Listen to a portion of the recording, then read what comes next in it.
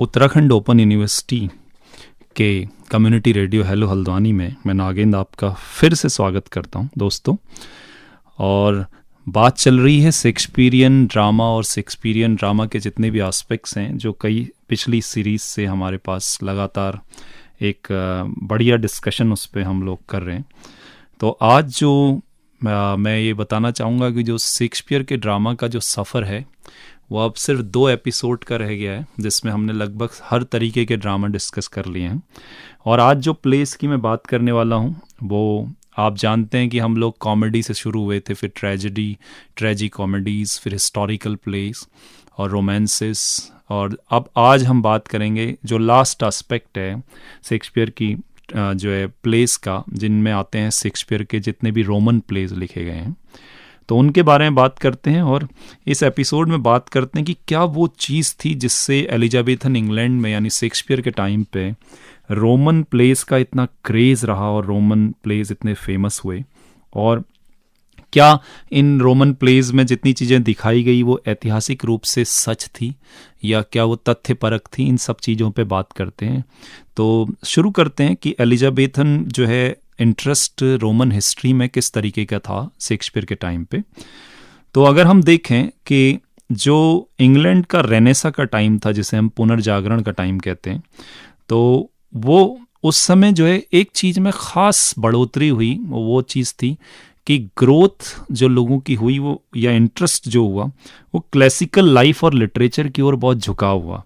और हर कोई इस चीज़ में बहुत ज़्यादा इंटरेस्टेड था कि ग्रीक और रोमन जो है लिटरेचर किस तरीके का है और क्या साहित्य रचा गया है, गढ़ा गया है। और इन सब चीज़ों में आप ये जानते हैं कि एलिजाबेथन इंग्लैंड में जो हमारे रिसर्च स्कॉलर्स थे हमारे, बहुत ज़बरदस्त ऑक्सफोर्ड और कैम्ब्रिज यूनिवर्सिटी के, जिनमें यूनिवर्सिटी विट्स का ग्रुप आता है,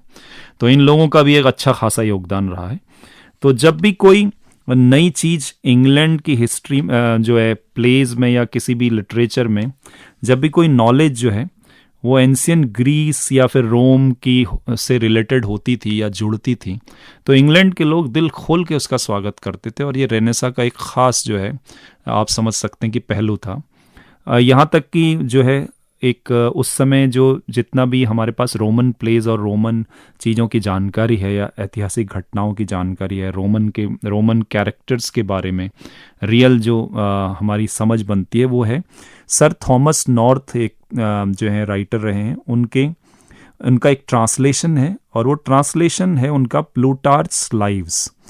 तो प्लूटार्क्स लाइव्स जो है एक ज़बरदस्त डॉक्यूमेंटेशन है, जिसको आप समझ सकते हैं कि वो सोर्स है रोमन प्लेस का। जैसे मैंने आपको बताया था कि हिस्ट्री प्लेस में जो सोर्स हैं, जहाँ से हिस्ट्री की घटनाएं शेक्सपियर जो है उकेरते हैं या जहाँ से वो लेके आते हैं, वो आपको बताया था कि होलिनशेड्स क्रॉनिकल्स थे। वैसे ही प्लूटार्क्स लाइव्स नाम की वो बुक है जिसको ट्रांसलेट किया था थॉमस नॉर्थ ने, और यही जो है मेरे को याद आता है कि पब्लिश हुई थी 1579 के करीब। इसने ही पूरा फ्रेमवर्क प्रोवाइड कराया है जो रोमन प्लेज हैं शेक्सपियर के लिए, इसके लिए। तो बेस वही है, ओरिजिन वही है, सोर्स वही है। तो रोमन प्लेज जितने भी शेक्सपियर के कह लें, या मैं अगर और लोगों की भी बात करूं, जैसे उस एज में ब्यूमेंट एंड फ्लेचर जो कोलाबोरेटेड वे में लिखते थे, और बेन जॉनसन तक की बात करूं, फिलिप मैसेंजर की बात करूं, ये सारे उस समय के राइटर हैं। और ये सारे लेखक जो है रोमन प्लेस के लिए प्लूटार्क्स लाइव्स को ही अपना सोर्स बनाते हैं। तो ये मोस्ट ऑथेंटिक सोर्स है रोमन प्लेस का। तो इनके जो लीडिंग फिगर्स होते हैं, जो प्रोटागोनिस्ट होते हैं, जो हीरो होते हैं, वो अनडाउटेडली एलिजाबेथन जो ऑडियंस थी और जितने लोग वहाँ पर प्ले को पसंद करते थे, ड्रामाज को पसंद करते थे, उनके लिए एक बहुत स्पेशल अपील को जनरेट करते थे। और शायद ये इसका एक रीज़न ये भी था कि ये जो प्ले थे रोमन प्लेस, वो उनको ऐसा लगता था कि हिस्ट्री से जो है, हिस्ट्री की आप समझ सकते हैं कि परत से निकले वो चीज़ें हैं, वो घटनाएं हैं जो उनके अपने सामयिक टाइम पे भी, यानी कंटेम्प्रेरी टाइम पे भी, या उनके अपने टाइम पर भी वैसे ही लागू होते हैं जैसे कि उस समय थे। तो उनको ये लगता था कि ये बहुत ही हमारे ही वक्त की चीज़ें हैं, और वो उन्हें अपीलिंग लगती थी। अब हम बात करते हैं कि क्या ऐसी चीज़ थी शेक्सपियर में जिनसे उनको इतना अपीलिंग रोमन्स लगते थे, या रोमन्स प्लेज के बारे में वो इतना ज़्यादा अट्रैक्टेड थे? तो पहली बात तो यह है कि अगर हम नोट करें तो ये देखेंगे कि इंग्लिश लोगों को, यानी इंग्लैंड में रहने वाले लोगों को अपने जैसे लगते थे जो रोमन्स कैरेक्टर थे। और दूसरी बात यह कि रोमन्स के साथ जो है उनका अपना एक ऐसा ऐतिहासिक कनेक्शन भी है कि रोमन्स जब भी वहाँ रहे हैं उनकी लाइफ और उन सब चीज़ों ने, रहन सहन, भाषा ने, उनके जस्टिस और उनकी जो कहानियाँ और उनकी जितनी भी चीज़ें इंग्लैंड के वहाँ बिखरी पड़ी हैं, उसने एक बहुत ज़्यादा गहरा इम्प्रेशन या अमिट छाप उनके दिलों में छोड़ी है इंग्लिश लोगों के। तो जब इंग्लिश लोग बाद में जब डेवलपमेंट करने लगे और आप इंग्लैंड को आगे बढ़ाने के लिए कोशिश करने लगे, तो रोमन्स की तरह वो लोग भी एक तरीके से इंस्पायर्ड थे। वो चाहते थे हम भी ऐसे ग्रेट एम्पायर बिल्डर बने, जो बहुत बड़ा एक इंग्लैंड बनाए, उनके राइटर्स हों, उनके भी ओरेटर्स हों और उनके ऐसे आइडियल्स इस्टेब्लिश हों जैसे ग्रीक या रोमन सभ्यताओं में थे, और वो एक बढ़िया सभ्यता बन के उभरे। तो इन सब के पीछे रोमन इंस्पिरेशन ही थी। शेक्सपियर ने जो है हमेशा ये देखा है कि उनके जो देश के लोग हैं, यानी इंग्लैंड के लोग हैं, वो इन रोमन और ग्रीक लोगों के जो है समकक्ष या समतुल्य खड़े हों और उनके जैसे ही जो है कंडक्ट वाले लोग बने। तो उन्होंने भी अपने ड्रामा में इन चीज़ों को बहुत ज़्यादा उकेरने की कोशिश की है, जिससे कि लोग उससे इंस्पायर भी हों। तो ये एक बहुत बारीक चीज़ हमें दिखती है, अगर हम गौर से देखें तो वो बारीक चीज़ जो हमें दिखती है वो है कि इंग्लैंड की जो जनता थी या ऑडियंस था, वो बेसिकली, और जो स्पेक्टेटर्स आते थे, यहाँ तक कि जो प्ले राइट थे वो भी, और जो उसमें रोल निभाने वाले लोग थे वो भी सब ग्रीक और रोमन सभ्यताओं से बहुत ज़्यादा इंस्पायर्ड थे, और उनको एक अपना जो है एक सेंटर ऑफ अट्रैक्शन या आइडियल भी मान सकते हैं। ये आप कह सकते हैं कि इस तरीके से वो लोग कोशिश करते थे कि हम उसी तरीके से आगे बढ़ें। अब बात ये आती है कि जो प्लूटार्च ने बायोग्राफी लिखी थी, क्या शेक्सपियर ने ठीक वैसे ही चीज़ों को रिप्रेजेंट किया एकदम ओरिजिनल फॉर्म में, या कुछ कॉम्प्रोमाइजेज हुए हैं? तो इस भाग में हम ये आगे बढ़ते हुए ये बात करते हैं कि शेक्सपियर कितना उस ओरिजिनलिटी को अपने ड्रामा में रख पाए जो प्लूटार्च लाइव्स में फैक्ट के रूप में दर्ज है। तो हम अगर देखें तो जैसे जैसे प्लूटार्च लाइव में क्रोनिकली, यानी समय के अनुसार उनका वर्णन है घटनाओं का और कैरेक्टर का, और उसको शेक्सपियर ने बिल्कुल मेन आउटलाइन को बिल्कुल वैसे ही रखा है और उसमें कोई समझौता नहीं किया है। और जहां तक बात है कि उसकी जो घटनाएं हैं उनको शेक्सपियर ने कहीं पर ज़्यादा एम्पलीफाई किया है, कहीं पर कुछ काटा है, छांटा है, और कहीं पर रिकंस्ट्रक्ट किया है, यानी दोबारा पुनर्निर्माण किया है घटनाओं का। और ऐसा करना पड़ता है क्योंकि जब एक ड्रामेटिस्ट या कोई फिल्म मेकर भी कुछ चीज़ें बनाता है तो कई चीज़ों को उसे जो है समय के हिसाब से और अपने एम के हिसाब से काटना छांटना पड़ता है, या फिर उसमें कुछ मॉडिफिकेशन करना पड़ता है। लेकिन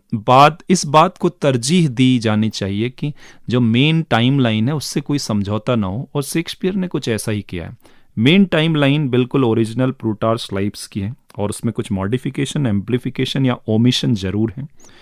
अब जैसे हम बात करें कोरियोलैनस की बात करें, तो कोरियोलैनस जो है, ओरिजिनल कोरियोलैनस जो है, जो क्रॉनिकल में दर्ज है, उससे काफ़ी दूर का कैरेक्टर लगता है, बिल्कुल वैसा नहीं लगता है। और जो सेंट्रल कैरेक्टर है उसकी साइकोलॉजी से पूरा डिफर करता है, जैसा कि दिखाया गया है। और वैसे ही बात करें कि अगर हम शेक्सपियर को और गौर से पढ़ें तो बेन जॉनसन, जो कि एक बहुत क्लासिक राइटर थे एलिजाबेथन एज के, उनसे काफ़ी डिफर करता है, क्योंकि बेन जॉनसन लैटिन सोर्सेस को देखते थे अपने हर कैरेक्टर्स के लिए। लेकिन शेक्सपियर की खास बात यह है कि वो अपनी इमेजिनेटिव रिकंस्ट्रक्शन कहते हैं, जिसे अपनी कल्पनाशीलता से जो पुनर्निर्माण करते हैं घटनाओं का, और पावर उनकी है जो एक एटमॉस्फेयर को क्रिएट करने की, वातावरण को किसी भी सीन के लिए,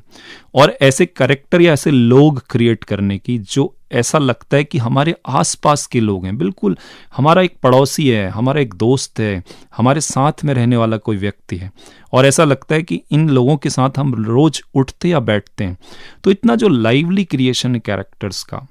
वो गजब का है। और शेक्सपियर इसी मामले में जो है मॉडिफिकेशन करने के बावजूद बहुत ऑथेंटिक नज़र आते हैं। अपने प्लेस को वो कभी भी क्लासिकल टर्म्स, बहुत बड़े बड़े रूल्स या नियमों में नहीं बांधते, और नहीं बहुत बड़ी बड़ी माइथोलॉजिकल और एल्यूजन्स लेके आते हैं या कनेक्शंस लेके आते हैं, बल्कि वो इस बात पे कंसंट्रेट करते हैं कि मेरे जो कैरेक्टर्स हैं, मैं जो वातावरण का निर्माण कर रहा हूँ, जो क्रिएशन ऑफ एनवायरनमेंट कर रहा हूँ, वो बिल्कुल कॉमन लाइफ से, कॉमन फोक से और आम जनजीवन से जुड़ जाए। तो उनके अगर रोमन जो है कोई अगर आर्टिजन्स या कोई कैरेक्टर ऐसे दिखाते हैं जो रोमन आप जिसे कह सकते हैं बिल्डर्स हैं या घर बनाने वाले लोग हैं, तो वो बहुत ही शानदार तरीके से एलिजाबेथन जो है आर्टिजन्स से मेल खाएंगे, यानी शेक्सपियर के अपने टाइम में जो लोग काम कर रहे थे उनसे मेल खाएंगे। और वैसे ही उनके जो है जितने भी कैरेक्टर होंगे, अगर वो एक बैगर है तो उनके आसपास के बैगर से मेल खाएगा। अगर जो है ऑडियंस के जो है रोमन वाले, जो आप समझ सकते हैं कि जो प्यार था ऑडियंस का रोमन की ओर से, उस रोमन वाले प्यार को बहुत शानदार तरीके से एलिजाबेथन इंग्लैंड के कैरेक्टर्स में पिरो दिया शेक्सपियर ने। और यही वजह थी कि उन्हें दोनों चीज़ें एक साथ मिल गई, एक ही सूत्र में कह सकते हैं कि थ्रेड में पिरो के मिली है। इस बात को हमेशा याद रखना चाहिए, बहुत इम्पॉर्टेंट भी है, कि शेक्सपियर का जो इंटेंशन था वो ये था कि एक मैं इफेक्टिव पीस ऑफ ड्रामा लिखूं जिसको स्टेज में जब परफॉर्म किया जाए तो वो परफॉर्मेंस लाजवाब और शानदार हो, और बाकी उनका कोई उद्देश्य नहीं होता था। तो इस चीज के लिए वो पूरा जितने तरीके के एंगल किसी भी चीज में सोच सकते थे वो सोचते थे, और इसीलिए उन्होंने रोमन प्ले को बहुत बारीकी से एलिजाबेथन लाइफ में पिरो दिया। और यही खास बात थी कि रोमन प्ले इतने ज़्यादा फेमस हुए कि हिस्टोरिकल प्ले भी उतने ज़्यादा फेमस नहीं हुए थे, और इसीलिए रोमन प्लेस का जो आप कह सकते हैं जगह है वो हिस्टोरिकल प्लेस से कहीं ऊंची है, और यही जो है रोमन प्लेस को शेक्सपियर के कुछ अलग बनाता है। तो ये रहा आपका पहला इंट्रोडक्शन ऑफ रोमन प्लेस जो कि शेक्सपियर ने लिखे। अब हम मिलेंगे आपसे दूसरे भाग में जल्दी ही, अगले सीरीज के इसी सीरीज के दूसरे भाग में, जिसमें हम शेक्सपियर के ड्रामा या प्लेस के बारे में एक लास्ट भाग देंगे, जिसमें हम टेक्निक ऑफ रोमन प्लेस पे बात करेंगे, क्योंकि आज का जो पूरा था वो रोमन प्लेस के इन्स एंड आउट्स के बारे में था। तो आशा करता हूँ कि आप लोग इस सीरीज़ को सुन रहे हैं और शेयर कर रहे हैं और पढ़ रहे हैं शेक्सपियर को, और पूरे लिटरेचर का आनंद ले रहे हैं। और मैं जल्दी ही आपके सामने फिर हाजिर हूँगा। दोबारा सुनते रहने के लिए आप जो है फेसबुक या ऐप से आप UOU लाइव